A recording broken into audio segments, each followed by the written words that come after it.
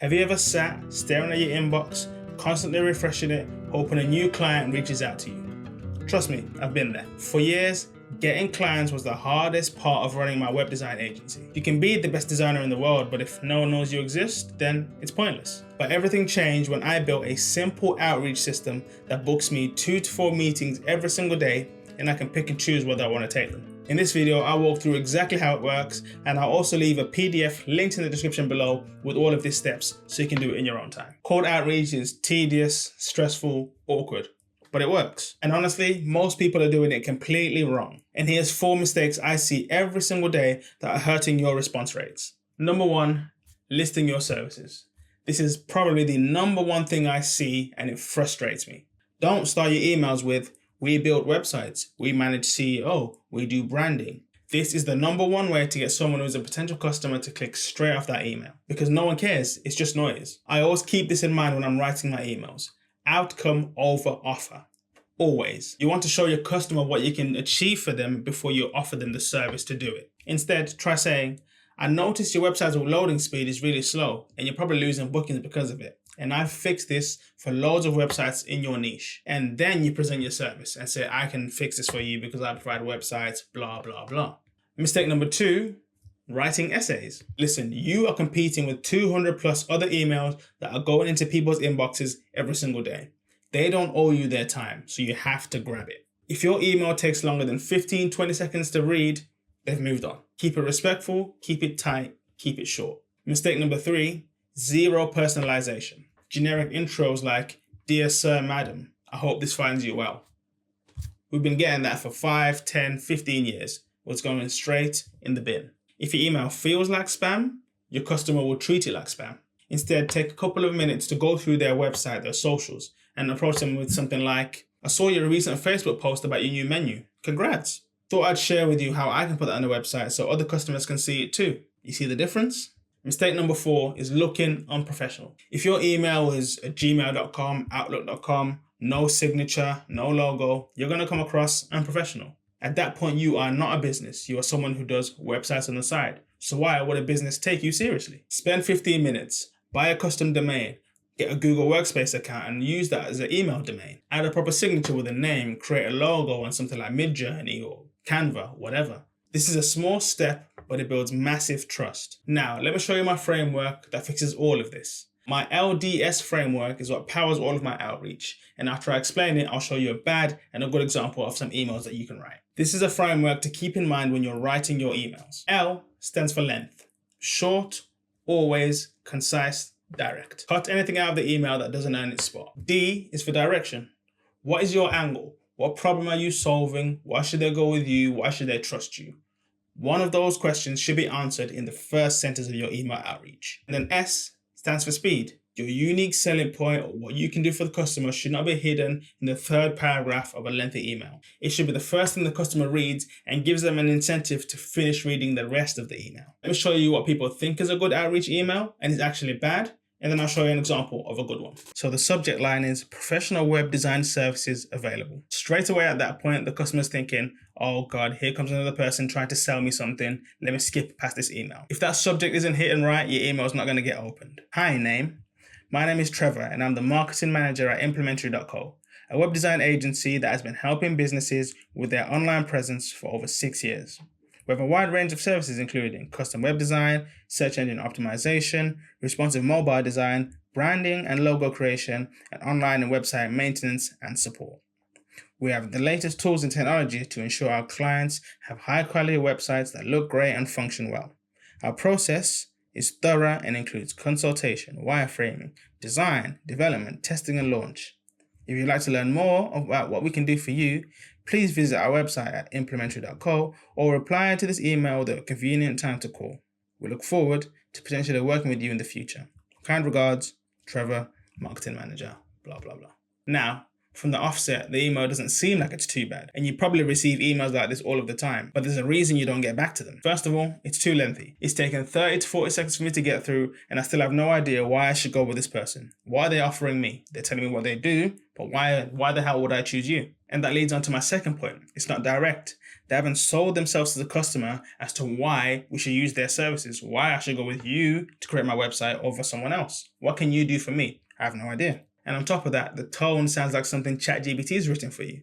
Not that it can't write good things, but it seems so generic that it seems like, do you even know me? There's no personalization. There's no reason why you're not just sending this to 300 other companies and hoping that I reply to you. Now, let me show you what a good example of this looks like. First of all, the subject line says something for you.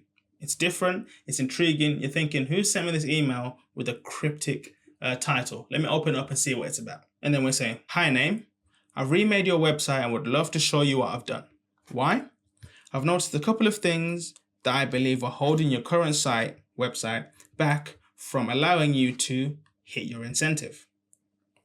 I'd love to show you what I've already made for you and explain why I think it can help you resolve X incentive. Just send me a quick reply to this email and I'll have it for you ASAP.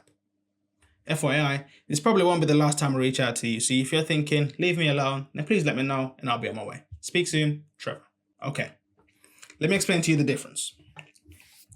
First things first, the first line of the email after saying hello, you're giving the customer upfront value and saying, I've already made your website for you. All you have to do is spend 5 seconds of your time replying to me and I'll show that to you. That gives someone a reason to reply to you already.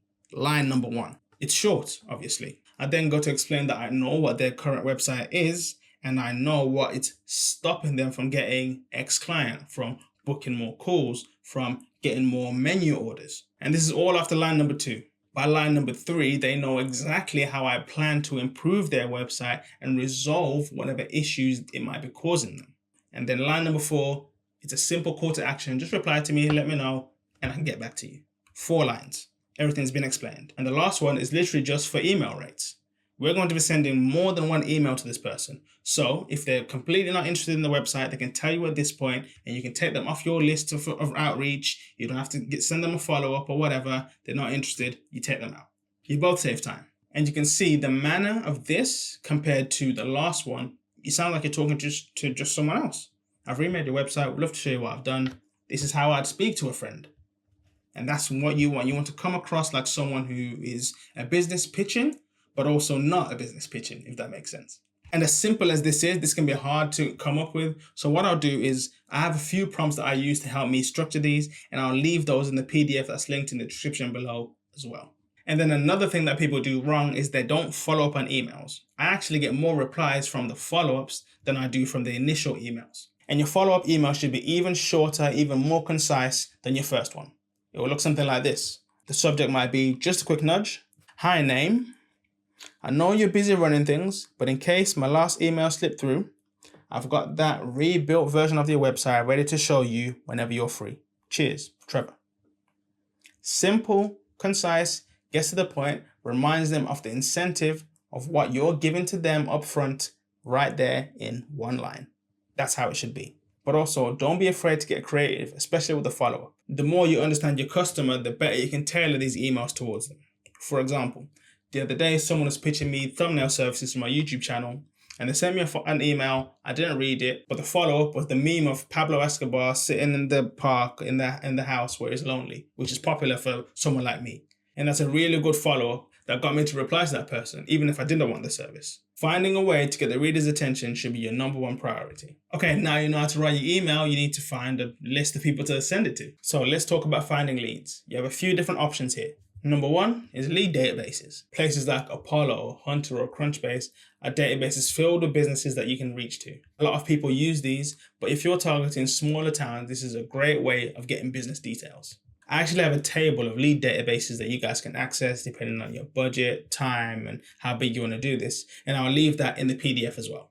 Option number 2 is your DIY lead mining. This is free if you don't want to pay for the databases. This is the best way and probably the more efficient way of you getting businesses to outreach to. You can use a simple script or get ChatGPT to write a script for you that does the scraping. There's a lot of AI automations that can do the scraping for you and also the outreach, and that's a good way of doing it. If you know basics of make.com, Zapier, you can easily kind of make one of these, or look on YouTube. There's a bunch of tutorials. Or you can hire a virtual assistant, places like onlinejobs.ph, Fiverr, Upwork. There's people who will do this for cheap, $3 to $5 an hour. And if you've seen any of my other videos, you know I believe Facebook is the one place where you can find a disproportionate amount of these local business owners which have Facebook business pages but no website. And you can find so many customers just using that.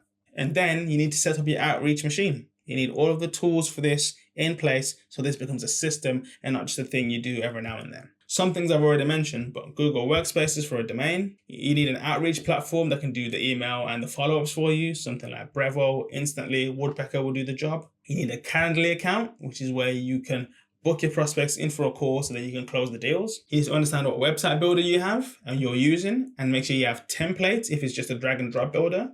Templates that you can adjust. So when you're sending your email outreach and saying, oh, I've already created this for you, all you then do is go to your template, adjust your template, put the company's logo, get AI to help you tweak the writing on there. So now it looks like you've retrofitted it for that company. Or you can use an AI website builder to then create, let's say, their homepage to showcase them on the meeting. And that takes you halfway to closing the deal before the customer even gets on the call.